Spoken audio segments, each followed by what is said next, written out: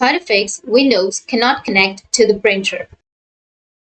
So if you want to fix Windows cannot connect to the printer, then what you need to do is you need to simply right click on your Windows and then go with the device manager option.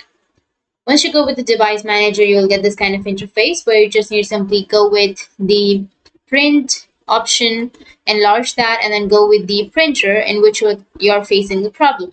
So for example, I'll be choosing the first one.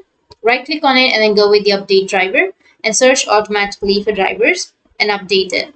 Once you've updated, if that still doesn't fix your problem, then you can simply go back and right click on it and then go with uninstall device. Once you uninstall, you need to restart your device, and after restarting, then it will automatically install the drivers or the device that you want on your laptop or your PC, and your problem might be fixed. So that's it, and if you have any questions, feel free to comment below. Thanks for watching.